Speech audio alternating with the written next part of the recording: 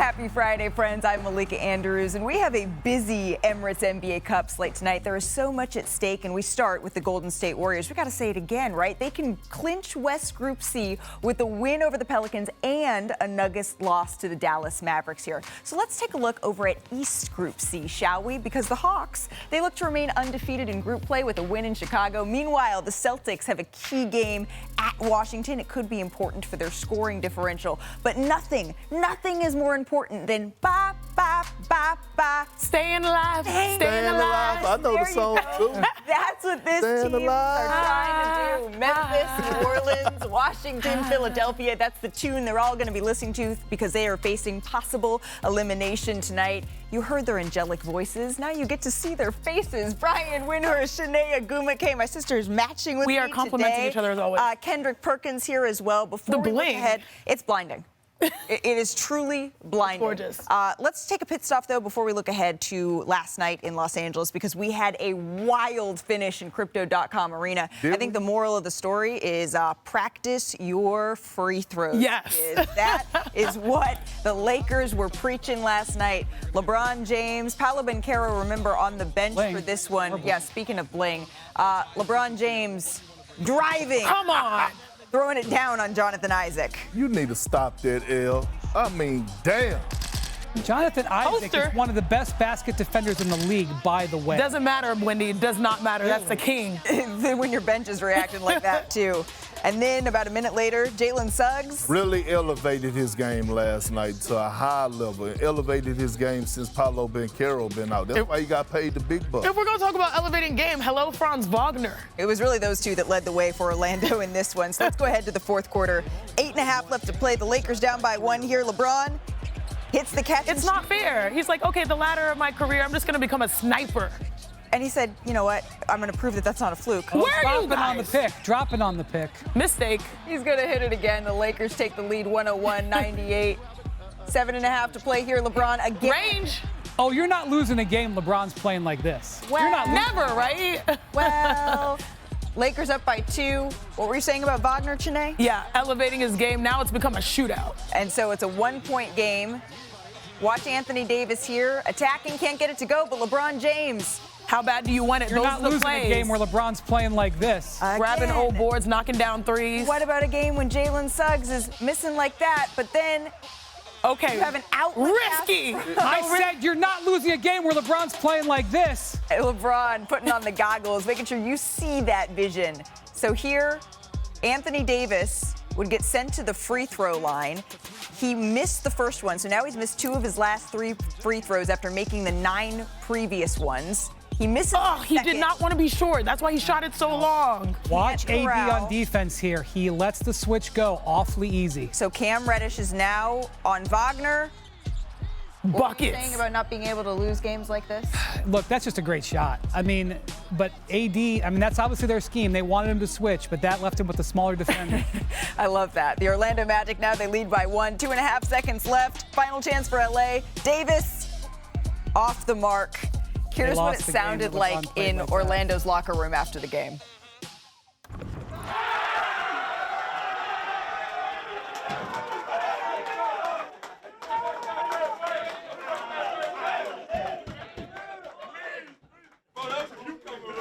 What a great moment for the Orlando Magic, but Franz Wagner wasn't done. He still needed to speak with reporters. Here's what he had to say.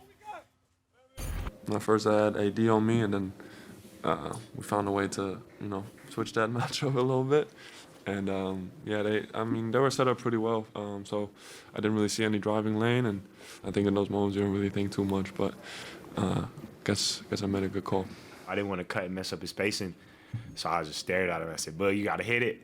Man, he got to his bag, stepped back, shot the rainbow, and it went in. I ain't gonna lie, that's crazy. That's like a movie moment.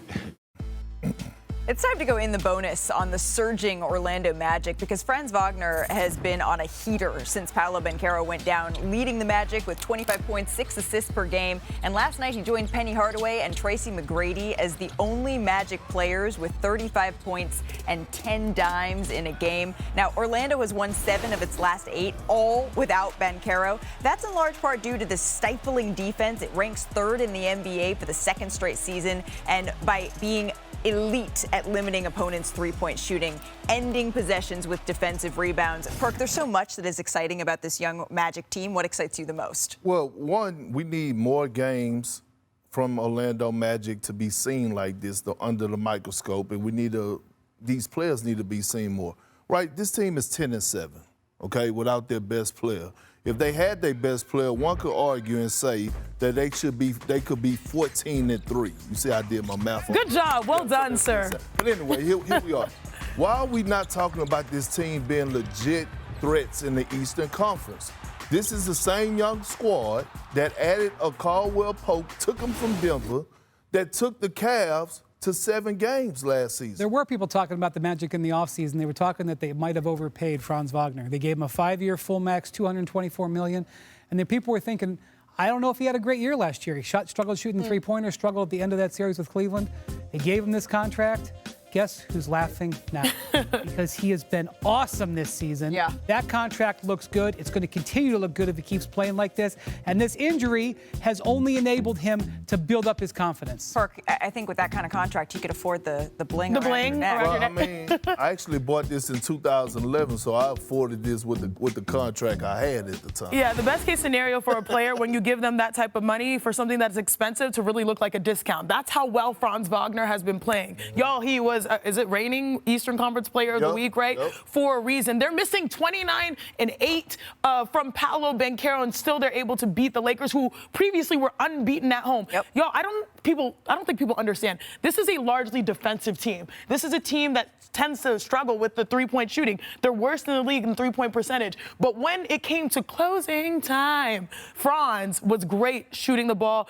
They're turning a quarter with their offense, and they absolutely, with this win, put the league on. The Lakers, they lost a close game. It was sealed by those missed free throws, although LeBron, he sees it a little bit differently.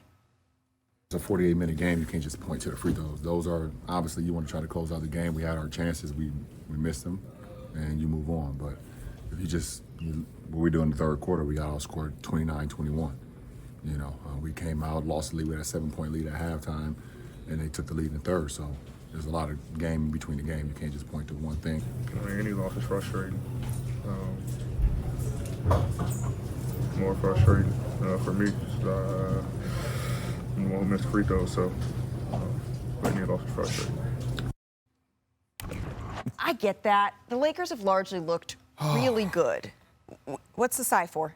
Look, bro, I know he's something else, man. Yeah, it's the game inside the game. You know, we lost the way we ended the third quarter. Like, Most of the time, that's true. I'll give him that. Most of the time that he's correct. In this case, the free throws did. The free throws did, but you still got to look at what happened throughout the course of the game. You still got to look at, did you get production from your bench?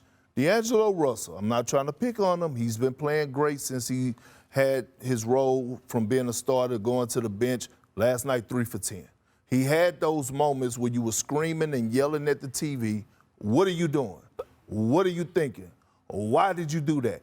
Those were those moments. Yeah, but specifically in this matchup, and I would even say the last few games, it is the game within the game, and it comes down to the free throw line. I'm not sure if we have this graphic, but if you look at the splits, they're 60% in the fourth quarter shooting from the free throw line in the last 5 games versus 81% in the first 10 games. Something is happening in the fourth quarters, the last few games, with them knocking down their free throws. So that is the real thing. If they fix that, they would have won. As good as LeBron has been this year and as awesome as he's been from three-point range, his free throw shooting has been struggling too, and he missed a key free throw. He did. This game last Why is that?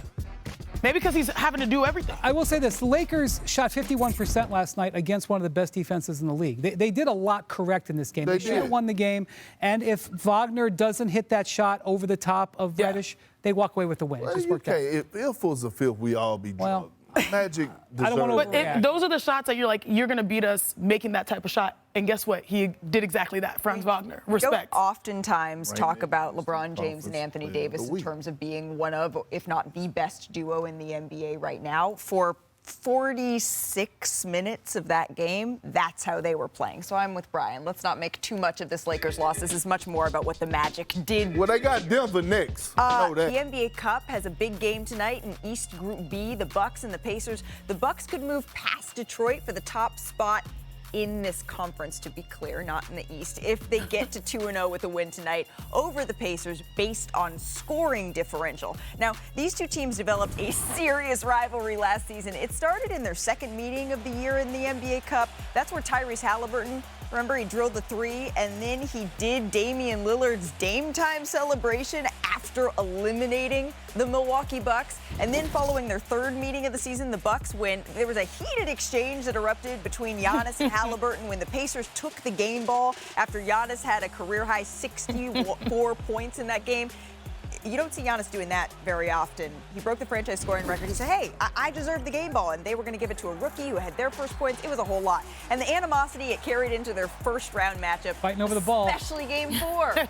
5 technicals in just under the first 7 minutes of the game. The Pacers went on to eliminate the Bucks in 6, leaving a season series dominated the Pacers 8 wins to 3. So today, the Bucks, the Pacers, they have the same record, though, both 6-9. They're going to look to take their second straight group play win. So, Brian, who needs this game more? Pacers need it more because they're the ones struggling a little bit. The Bucks are trying to get on a roll here, but it's a rivalry game. I'm expecting fireworks. Go ahead. I think the Bucks, we have great. I think right now we sort of understand the timeline is a little bit longer for the Pacers. Right now, the Bucks, they need to stack their wins. They need to build their confidence because there's great expectations between Dame and Giannis.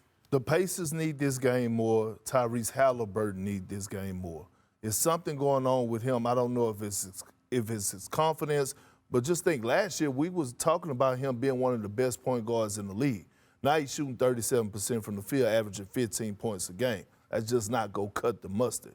The Pacers go as he go. We talk about their tempo, who pushes the tempo. We talk about the head of the snake, who is the head of the snake. It is Tyrese Halliburton. But if the Pacers lose, are you more concerned about that, or is it that the Bucks lose? If the Bucks lose, we're going to react to the Bucks losing more.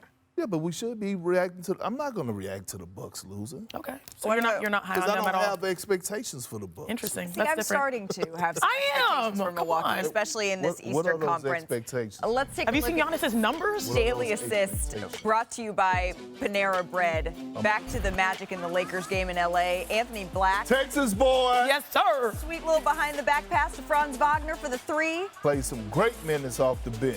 We'll see if that falls into Cover our... Franz Wagner. Oh. Yeah, top of the top a little bit later.